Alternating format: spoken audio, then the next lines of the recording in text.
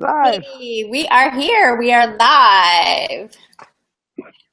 So we're broadcasting from Best Holy World, and we have Don McDougle down in Costa Rica at the Costa Rica Initiative, the family home.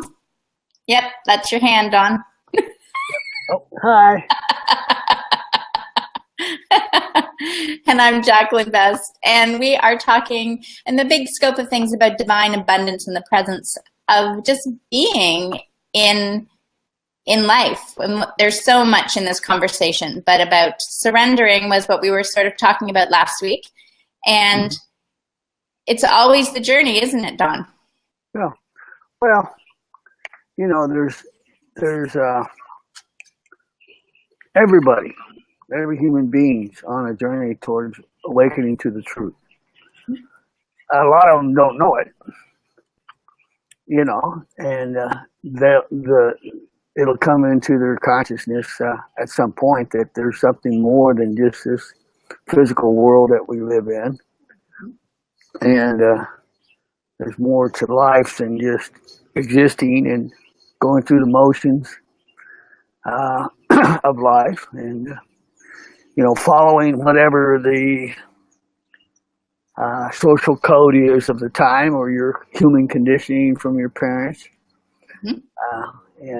So when I talk about the journey, I talk about two things. I do a process called the journey, which helps people look through their human conditioning and their belief systems that keep them stuck in consensus reality and give them opportunities to do something different. And so, so that's a process called the journey. And I didn't realize, but there's a lot of other healers or groups that have a process they call the journey also. And so a lot of times people say, "Is this connected with so and so?" And I say, "No." Yeah. This is something that came to me. I did. I've been doing shadow facilitation, shadow work with people for nearly 20 years. Mm-hmm. And when I came to Costa Rica, I didn't have a clue what I was doing, and it just showed up here too. And that led to doing workshops. Mm-hmm. And doing the workshop, people came and got some freedom in certain areas of their life, but didn't continue the process of moving forward. And so that's when the idea of this 40 meditations and questions came up, and to help people really look at every aspect of their life that they may still be stuck in and beliefs that keep them stuck in consensus reality, and find the greatest truth within them, Right. and then move on from there. Well, let Not me everybody. just ask Go you. ahead. I think maybe there might be some people that are watching that are going consensus reality. So what we're really talking about here is these mass beliefs that we've adopted as society as a consensus reality. Yeah, right? Like I remember, I was going to say, when my daughter was first little, I was thinking, if we're telling her this color is blue, mm-hmm. she's then identifying that this color is blue. But if I told her it was red her whole life, right? Exactly. Yeah. She would believe it was red, right? That's what we're talking about. Right. And she would argue to the end, no, this is red, mm-hmm. because that's what she was taught. Right. And we're taught all kinds of things about life. And a lot of that comes from the social pressures and the peer pressures as a child growing up. It seems like there's this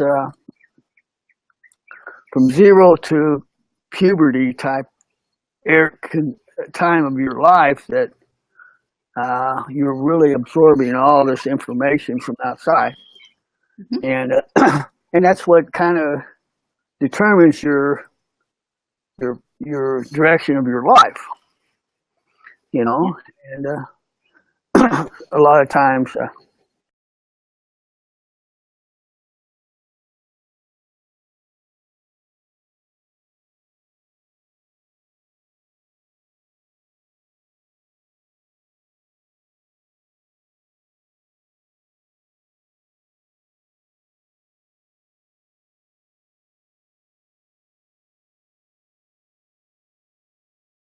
you know, uh, that was fun.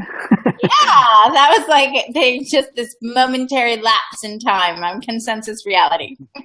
Yeah. So, yeah, so, the little girl that loves to dance, maybe, Hmm. is real clumsy when she's smaller. And so her mom, her parents, or somebody says, "Oh, you're so clumsy, you'll never be a dancer." And she stuffs that passion away and does something else. And that passion within her is burning all the time. Right. And so we can help her quit believing that she's clumsy and not able to dance, and encourage her to take dance lessons or do whatever she needs to do, or just dance and see what happens, and just be in the moment of that passion, and do that. And so that's a lot of what the work I do with people is, helping them find out what their true calling is, or their true passion is in the world. And we all have gifts. Yes. We came here with gifts to share, to help people undo all this stuff. Now, we're talking about consensus reality. There's global consensus reality. Women are this way and men are this way. Right. And if you're a man, you have to act like this or be like this. And if you're a woman, you're supposed to be like this. Down south in the USA, it's women are barefoot and pregnant. Keep them in the house, and that's their whole. That's their. That's just a belief that I find in the South, in the U.S., and that's so far from the truth, because our gender doesn't really define us in the sense of what we can do in the world. Yeah. So I'd like to just sort of ask you this one. So from my perspective, there's consensus reality that people have adapted or absorbed in, and they feel that that's reality. But then I feel like I would like to coin the term, let's say in this moment, consensus truth, which is, just as you were saying, you're using the word journey. I use the word journey. So many others use the word journey. So this idea that we're on this journey is coming from this consensus source, this actual existence of what's there. And as when we tap in, tune into that, we all start to come into vibration of words and expressions and being in resonance with this consensus truth, and not what is really real versus the consensus reality that we're actually is the consensus illusion. Yeah, no. Well, yeah, we can use that term. I try to separate consensus. Even this source that you're talking about, there's so many different ways of seeing or understanding that, Right. And so, and in the spiritual community in the world, there's so many terms that are used that have so many different meanings. Absolutely. And so when I work with people, I try to really understand what they mean by what they're saying, and I want them to understand what I'm saying. I don't use the term God that much because it can carry with it all kinds of religious connotation that people resist. Yeah. But people that are from that way of seeing things, the totality, the source is God, then I can use God and know that I'm communicating the same thing that they're thinking. But don't you find eventually that person that has the issue with related to God? Because this has been my experience. So I will say, divine intelligence, unified field source, cosmic consciousness, whatever label you want to give this presence. But ultimately, if they're choosing to use a different word other than God, sometimes I find that's the issue that they still have to release, is their belief system around God. Yeah, right. And so, there's been so many people wounded by Christianity, say. you know. And I run into people that, you know, and the Course of Miracles uses Christian terminology. And so a whole lot of people will say, oh, I'm not even going to look at that because they talk about the Father, Son, and Holy Ghost and all that stuff. And I said, well, you need to go to the clarification of terms and understand what they're saying when they're using those terms, you know. And so, yeah, it's at some point we have to let go of all this stuff we've learned about religion too, or God, and be open to this, to the totality of what that could possibly be to us. And I don't care what you call it, Right. you know. And I deal with a lot of people that are really Christian based, and I can talk about Jesus and the Holy Ghost and the Father, and in a way that takes that out of that condemnation mentality, right? You know. And so I've studied the Bible, and I've studied a lot of different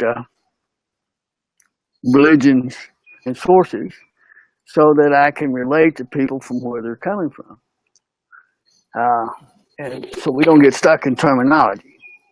Ultimately, though, it isn't what you like. The studying helps you with the communication in terminology to bring them into a space where they're open to receiving. But the truth is what you actually share comes to you from your beingness. Does it not? Oh, yeah, exactly. Yeah, and that's the whole idea, is to move past religion, you know, into this knowing, what I call knowing the truth, and living from that place. And when I say the truth, even that can be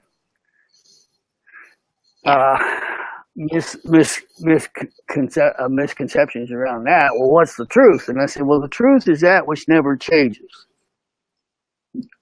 If it can change, it's not the truth. It's a belief. Right. All beliefs can change. And so when I have a belief, it's just my perception or my way of seeing things at that time. But I need to be open to move past that belief to the point where I come to a place where I find this one thing that never changes. And I think that source, whatever you call that, is within everybody. Yes. Yeah. You know, it's accessible to everyone. There's not certain special enlightened people or awakened people that have some magical gift from outer space or whatever. Right. It's within us, and it's covered up with all this human condition. Yeah. And so that's what the journey does. It helps me look at all the ways I've hidden that truth from myself, the truth that never changes, so that I can live from that space and not be confused. Yeah, and in that space, there's infinite possibilities, right? Just like there's tremendous different ways you can express yourself to communicate with someone, to connect. It's in that space that the answer comes. Like I've experienced for me, and again, it's labels that I use, it's like I used to live in my mind, right? My mind had to think it and reason it and find out the answers.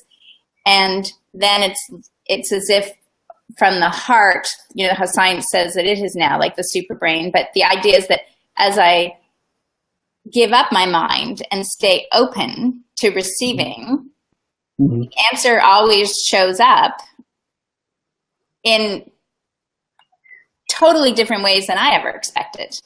Exactly, yeah. And I use the term rational mind, yeah. Mm-hmm. The rational mind, or the ego mind, or whatever you want to call that, is what most people live from, is I can understand. But we really can't understand that which is beyond the understandable. We can only experience it. Yeah.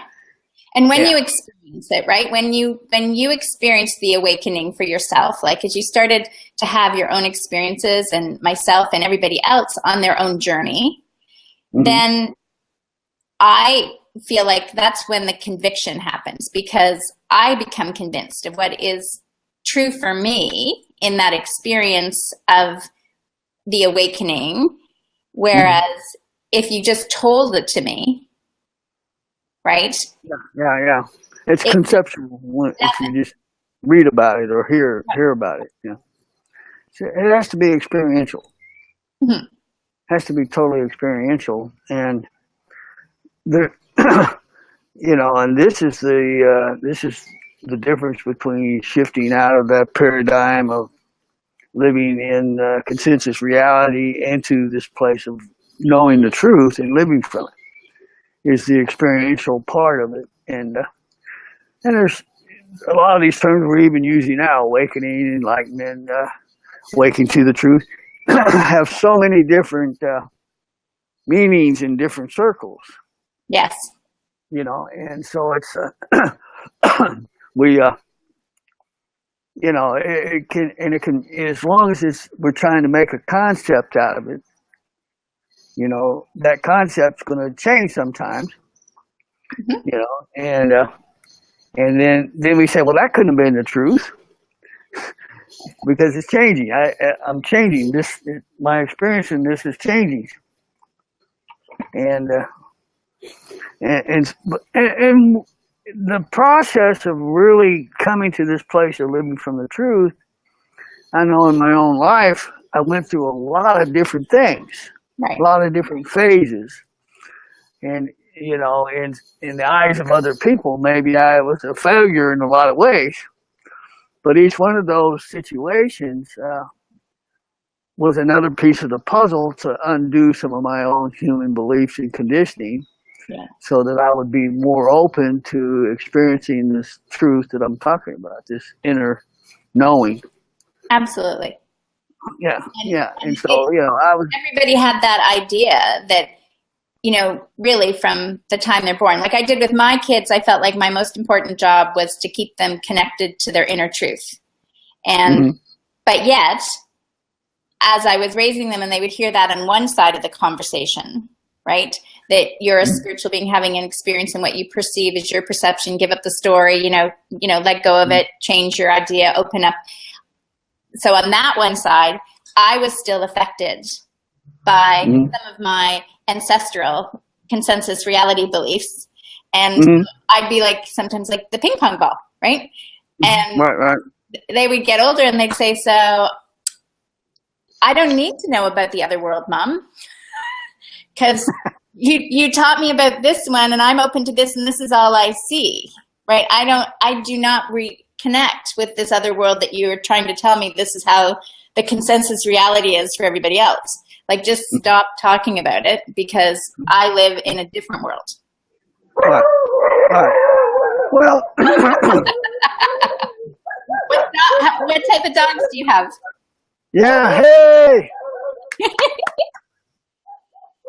Yeah. Okay, guys, come on. It's okay. It's just the neighbor walking. You would think by now they would know the neighbor's okay. You don't have to protect me from the neighbor, but they're doing their job. They're being dogs. That's another really neat thing is I talk about with people, especially when we're here, because we've got so much nature. Yeah. The dogs don't want to be anything besides a dog. The cows next door, they're just totally, completely content being a cow. Right. And they do what cows do. Yeah. And the birds and the iguanas and all the other critters and the trees and everybody's happy and content with their life, and they're not. The mango tree isn't wishing it was a papaya tree. And we humans, we're always discontent with who we are or what we're doing. And that discontentment is a double-edged sword, because that can be that which reality. To me, that consensus reality of discontentment is something that's being left behind. I wholeheartedly see humanity shifting to recognize that we are a mango tree or an apple tree. You're Dawn, I'm Jacqueline. I love you entirely for who you are, but you're different than me. But you're just as special, right? Well, yeah, but where I was going to go with this is that this discontentment can be that which drives us to find the truth. Yes. That which never changes. Yes. And so that can be the fire under our butts to move us towards searching for something that's more real. Right. You know, and so everything plays a part in our awakening, in our journey, even our discontentment. Yes. When I realize that this is who I am in the world, I'm Don McDougle, and I'm serving my purpose the way that I've been given it, and you're doing your thing, and everybody else is doing their thing, and it's all perfect, and it all works together. And in that, we are one. We're the same, even though our expressions of the truth are different. Yes. And so we all play this part in the total shifting of the consciousness of the world, little by little, and we all play our part in it. Yeah. So here's the question I have for you then. Are we actually shifting the consciousness of the world, right? Because, in terms of truth or consensus, whatever we want to call it, and what is really truth is what is never changes. Mm-hmm. We all know what the truth is, right? And we're all connected to that space. So are we really doing it, or is this just part of the great production that we're playing, that we think we're actually participating in the shifting rather than, it's already present? Yeah. I have a thing called the grand production that talks exactly about this. I send out sometimes. I wrote it in an article in a magazine I wrote for, and it talks about that. How there's this grand production that's going on, and we're just a part of it. And we think we're doing something, but we're just in the flow of the grand production, the producer, the source. Yes. And so, yeah, I hear what you're saying. So it's kind of a two-edged sword again, because when I shift my belief systems from consensus reality to truth, then there's my state of consciousness in the world seems to be shifting. When people are doing the journey, it seems like they're going somewhere, but then what they realize is they never left. Right.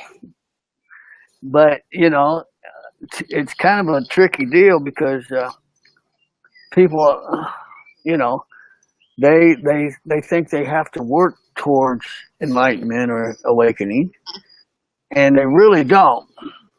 So it's kind of an illusion that you're actually making progress, because there's really no progress to make. Right. But when you're stuck in believing, your human conditioning, it seems like I have to give something up. Something has to shift in me to be able to see this new light, to take in this new information. Yeah, for me, that's the work, if there's work, but the role that I feel in that I'm participating in this great production is the role that says, I love conversations like you and I are having, and I would love that the conversations that you and I are having are what is the consensus reality, right? That everybody is just recognizing their essence, and whether they're a mango or an apple tree or a dog or cow or Dawn or Jacqueline, and as I declare that, and I stand in that, and I participate in that, more of that shows up. And I've chosen for me, because of the past consensus realities, that this presence is why would anybody want to be anywhere else?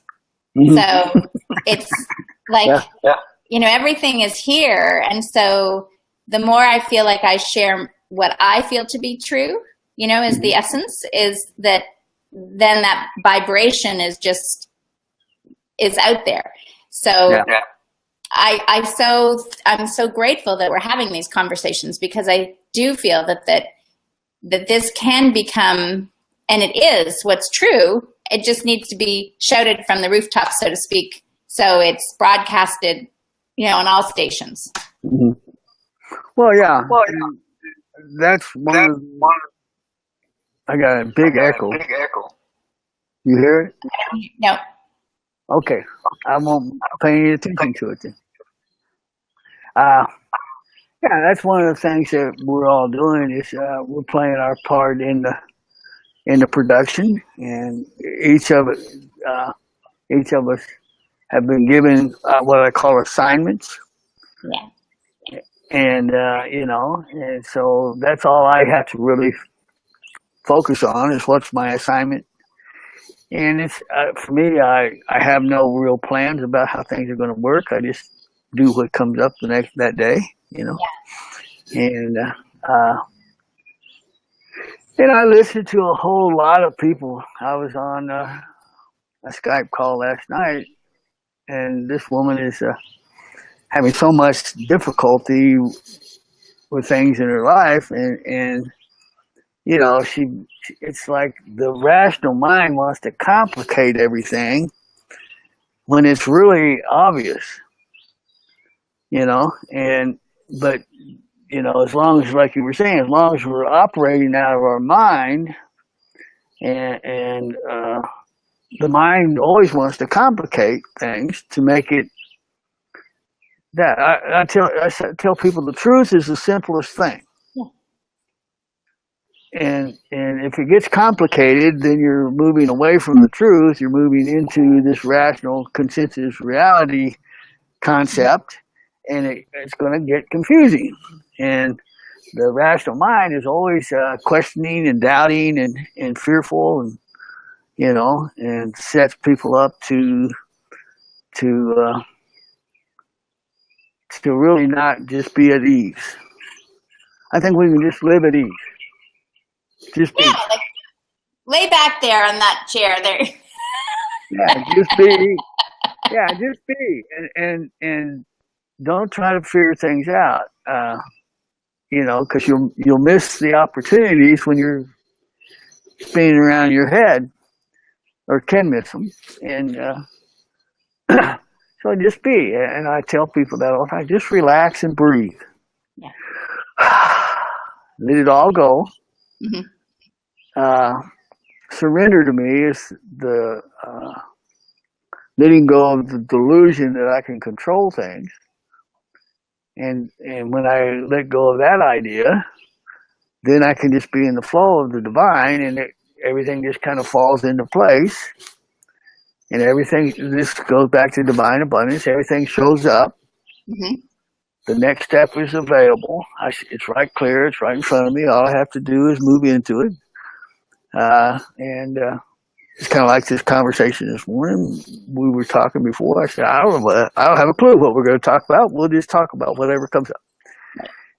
And I'm sure that those that are listening or that see the video, mm-hmm. it'll speak to each one of them in a different way, because they're in a kind of a different space.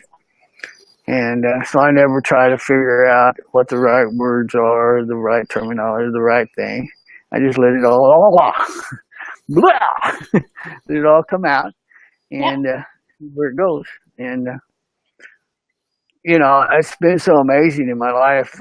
I'll have people write me back and say, "Oh, what you said to me the other day in town was so meaningful. It shifted my whole way of thinking." And I don't even remember what it was. So I'm sure it wasn't the rational brain of Don McDougle coming up with something clever. It was just the truth, coming out of me. Absolutely. And so I don't try to figure it out. I don't plan anything. any talks or speeches or any of the videos I've done. I just say, okay, here we go. No, I'm with you, and I feel that that's the authenticity of the whatever you want to call it. It's when we're just present. It just comes out. Like I feel that is the gift of this technology that we have now, is that we can do this live. We can converse from here, and people can connect and see how it transpires without this great production that's going on, right? Or this is our topic, and these are our backdrops, and this is our editing. Mm-hmm. This is just, we're just being. Yeah. Well, yeah. What did Shakespeare say? The world is a stage, and we're just actors thereon. And so, we're just playing our part in the whole production of awakening to the truth. And, so it makes life so easy. That's what I tell people, when you're trying to figure it all out and you're all wrapped up and caught up in all the stuff you got to do and have to do and should do and could do and would do, and, wears me out thinking about it. Right. So what would be one thing that you would say to someone, because as we're talking about this, is you and I realize, okay, just going with the flow, like row, row, row your boat down the merrily, down the stream, like you were talking about a couple of weeks ago. Mm-hmm. Is the person that comes to you that is, I'll use the word spiritual, right? They might have read, Eckhart Tolle or, Course in Miracles, blah, blah, blah, blah, blah, but they're still struggling. Mm-hmm. So what comes to you that you want to share with them right now about allowing themselves to set themselves free? Well, I always invite people to go inside and find the resistance within them. Mm-hmm. And focus on that. What is this resistance? Where does it come from? It's part of your human conditioning, and it's blocking you from being able to be in this flow. And once we become aware of these things, then we can deal with them. When we're not aware of what it actually is, then we're bumping into things that we don't understand, and a lot of people just give up. They say, "Oh, there's no way out. I'm trapped." Mm-hmm. And I say, you're never trapped. The only trap is your belief that you can't get free. Right. Yeah. And I run into a lot of people who say, well, I've made so many mistakes. There's no hope for me. And I say, well, I understand that. I believed that for a long time, and I was going to go on to the bitter end and, wanted to die every day. And I didn't. Mm-hmm. And I found out that the truth was that I wasn't the terrible sinner that I thought I was, and that God was never mad at me. Right. And so it's and I talk with all kinds of people, and everybody thinks their story's the worst.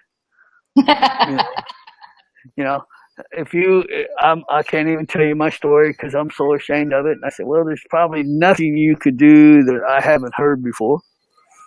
So all your fear about me judging you is over with because I've heard it all, and I've probably done most of it.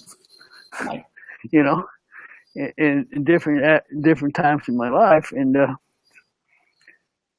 so, it's those things that block people. So I ask them to look at that stuff. And just a lot of times, just sharing some of these dark secrets that we think are so terrible in itself, sharing that with another person in confidence can help people shift their whole belief about themselves.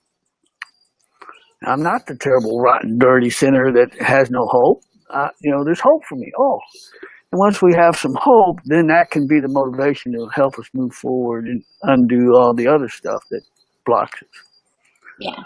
So it's meeting people exactly where they are without judgment, and allowing them the space to, as they are willing to open up and share and undo these things from their consensus reality belief system, that they can be free. They can find freedom and find their purpose and find their place in the production and do that. And so I have I see that happening around the world with people that I've worked with. They're doing their thing now. They're following their assignments. Yes.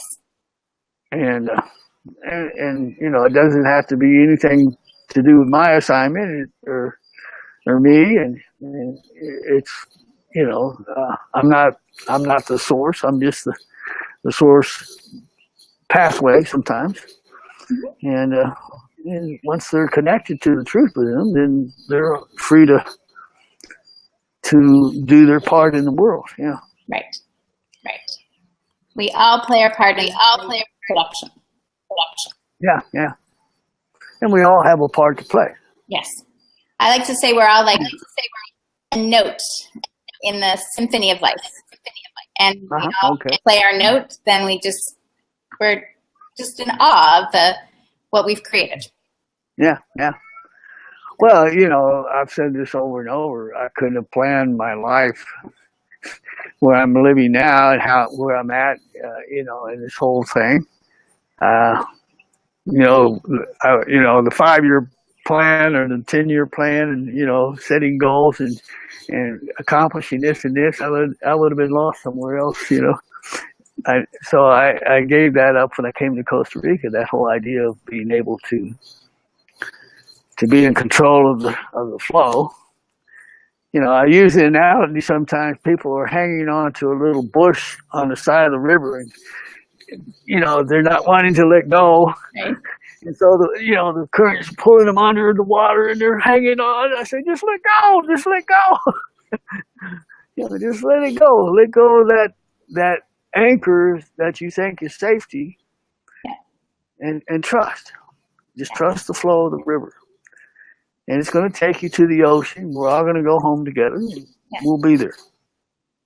Absolutely. I remember letting go in 1991 when I got the to let go of corporate and everything, and I had no idea when I went off to Africa where things would go. And I say to my kids, because when I was working corporate, there was no way I was ever going to have children. So to have children and then raise them completely out of the systems in a way, in a whole different manner is just like night and day. But it was letting go of what I perceived that my life was supposed to be about, making money, being in the world, having, accolades, and just trusting the flow of life. And it's been a great journey, and we're all on it. And I think everybody here is up for their part, and they can get a hold of you where, Dawn, if they want to start the journey themselves. Where do they go? Well, our website's probably the easiest way to get a hold of me. Okay. Costa Rica Initiative.com, or they can email me at embracingtheshadow@yahoo.com. Perfect. Yeah. We can actually talk about that next time. Go ahead. Yeah, so I'm available. I'm available whenever somebody calls. And we have a guest here from Holland today, this week, this month, the end of the month, and she'll be here till October 31st. Right. And so people can come and stay at the family house and work on the journey here too, if they want to. Awesome. Yeah. Beautiful. Well, thank you so much for sharing your early morning with us. Oh, thank you. I love you. I love you too. See you next week. Okay, bye-bye.